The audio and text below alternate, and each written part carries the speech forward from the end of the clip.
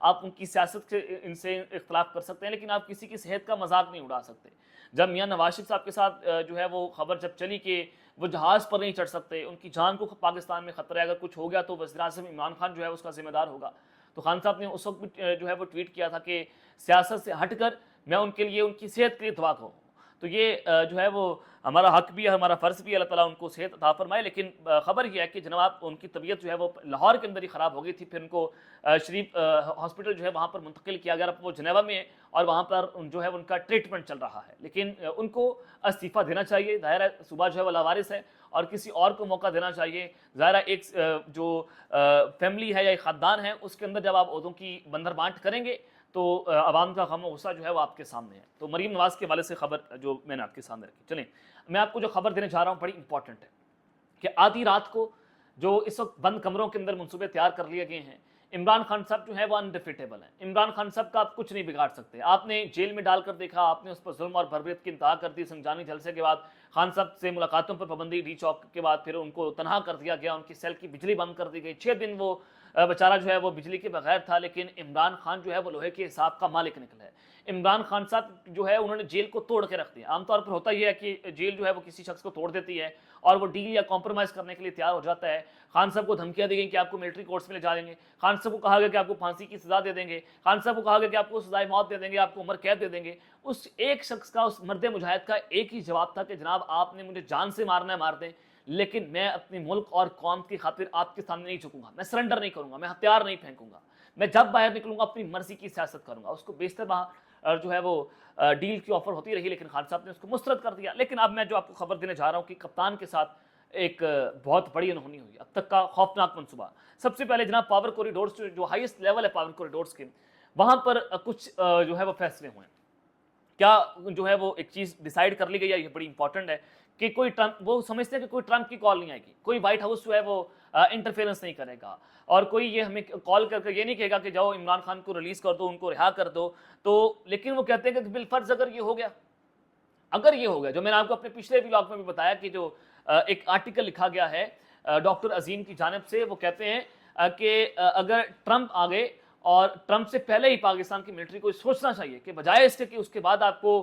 بیرونی پریشر کے بعد عمران خان کو رہا کرنا پڑے، تو آپ رہا کر دیں تاکہ آپ کو نیریٹو کو جو ہے اس کو نقصان نہ پہنچے۔ اب ایک آرٹیکل یہ لکھا گیا، تو اب جو خبر میں آپ کو دے رہا ہوں، محمد مالک صاحب نے اس کا دعویٰ کیا ہے۔ وہ کہتے ہیں کہ میرے پاس یہ ایکسکلوسیو خبر موجود ہے کہ اگر بیرونی طور پر عمران خان کی رہائی کے لیے کوئی پریشر آتا ہے تو عمران خان صاحب کو ایک آپشن دیا جائے گا کہ آپ ملک چھوڑ کر چلے جائیں۔ اب آپ کے ذہن میں سوال آ رہا ہوگا کہ کیا خان صاحب جو ہے ملک چھوڑ کر چلے جائیں گے؟ خان صاحب نے کہا کہ میرا جینا مرنا پاکستان کے اندر ہے، میرا گھر ہے، کوئی بھلا کوئی اپنا ملک بھی چھوڑتا ہے؟ تو اس کے بعد آپ اندازہ لگا سکتے ہیں کہ خان صاحب یہ ملک چھوڑ کر نہیں جائیں گے۔ عمران خان صاحب اس ڈیل کو تہس نہس کر کے رکھ دیں گے۔ اب یہ جو ہے فیور ملتی ہے اداروں کو، اسٹیبلشمنٹ کو، یا جو ڈیل دینے والے ہیں، جو آفرز کرنے والے ہیں، وہ پھر کیا کہیں گے؟ وہ یہ کہہ دیں کہ دیکھیں عمران خان صاحب نہیں مان رہے، تو اس کا الزام جو ہے وہ سول ملٹری کسی لیڈرشپ پر نہیں آئے گا، اور وہ اس سے جو ہے وہ انہوں نے اپنی اسٹریٹجی جو ہے وہ جو تیار کر لی ہے، کاؤنٹر پروپوزل جو ہے انہوں نے اس طرح سے تیار کر رکھے ہیں کہ ہم اگر یہ کریں گے تو یہ ہو جائے گا۔ لیکن پھر سوال یہ ہے کہ ڈونلڈ ٹرمپ اور جو بائیڈن جو ہیں وہ ایک دوسرے کے حریف ہیں، وہ ایک دوسرے کے مد مقابل الیکشن لڑتے ہیں، تو بالکل ایسے جیسے میاں نواز شریف اور عمران خان جو ہیں وہ ایک دوسرے کے سیاسی طور پر حریف ہیں اور سیاسی طور پر دشمن کہہ لیں سیاسی طور پر، اور اسی طرح سے ڈونلڈ ٹرمپ اور جو بائیڈن ہیں۔ اور اگر ٹرمپ آگے، اور ٹرمپ کے آنے کے بعد اور انہوں نے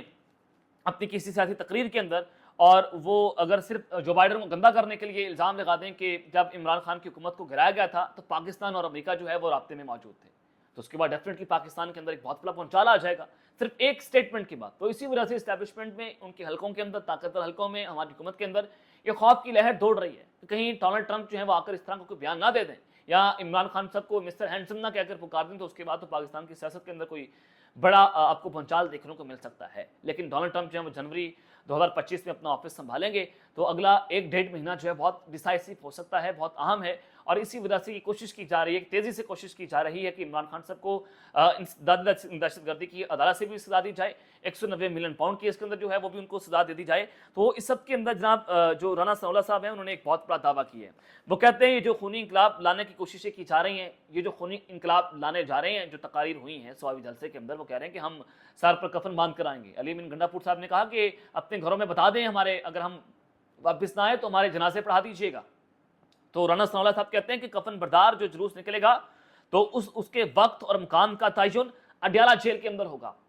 یعنی کہ عمران خان اس کا اعلان کریں گے، اور خان صاحب یہ اعلان کر سکتے ہیں، کال دے سکتے ہیں، اور اگر خان کی جانب سے کال دے دی گئی تو پھر اندازہ کریں کہ جو سمندر سڑکوں کے اوپر نکلے گا پھر آپ اس کو قابو میں نہیں لا سکتے، وہ انڈیفیٹیبل ہوگا، آپ اس کو کنٹرول نہیں کر سکتے، اور آپ فوج یا کوئی بھی کسی ملک کا ادارہ اپنی عوام سے نہیں لڑ سکتا اور نہ اپنی عوام سے لڑے گا۔ تو حکومت جب عوام سے نہیں لڑ پائے گی، یعنی کہ اگر ان کے سر سے دست شفقت اگر اٹھ گیا تو پھر ڈیفینیٹلی حالات جو ہیں پاکستان کی یکسر طور پر تبدیل ہو سکتے ہیں۔ تو یہ رانا ثناء اللہ کی سٹیٹمنٹ ہے، وہ کہتے ہیں کہ اگر یہ سارا کچھ ہو گیا اور اس کا اعلان عمران خان صاحب اگر خود کریں گے تو پھر اگر عمران خان پر کوئی پابندی لگتی ہے تو یہ کہیں گے کہ بہت بڑی سختی ہو رہی ہے۔ تو انہوں نے اندیا یہ دے دیا ہے کہ عمران خان کے ساتھ ملاقاتوں پر پابندی عائد کی جا سکتی ہے، یعنی کہ ان کو ایک بار پھر سے آئسولیٹ کر دیا جائے گا۔ آج بھی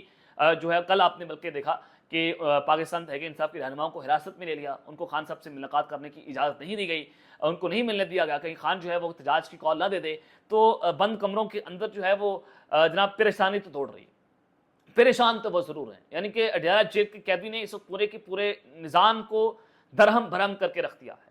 تو اب عمران خان صاحب کو ایک بار پھر سے آئسولیٹ کرنے کی تیاری ہے، اس کو ایک بار پھر سے ذہنی طور پر ٹارچر کریں گے، اس کو جناب سیل کے اندر اکیلا چھوڑ دیں گے، اس کو باہر نہیں نکلنے دیں گے، اس کو ایکسرسائز نہیں کرنے دیں گے، اس کو جیل مینول جو ہے اس کے مطابق جو کسی بھی وزیر اعظم کو جو پروٹوکول ملتا ہے، جو بھی سارا کچھ ہوتا ہے، تو ان کو جب سارا کچھ ان سے واپس سے لیا جائے گا تو پھر یہ جو ہے وہ چیزیں بڑی کسی اور سمت جا سکتی ہیں۔ تو اس وقت یہ پلاننگز ہو رہی ہیں، یہ اس طرح سے کاؤنٹر پروپوزلز جو ہیں وہ تیار کیے جا رہے ہیں۔ تو لیٹس سی یہ معاملہ جو ہے اب کس جانب جاتا ہے، لیکن خبریں یہ گردش کر رہی ہیں کہ اب سے ایک بار پھر عمران خان صاحب کے اوپر جو ہے وہ یہ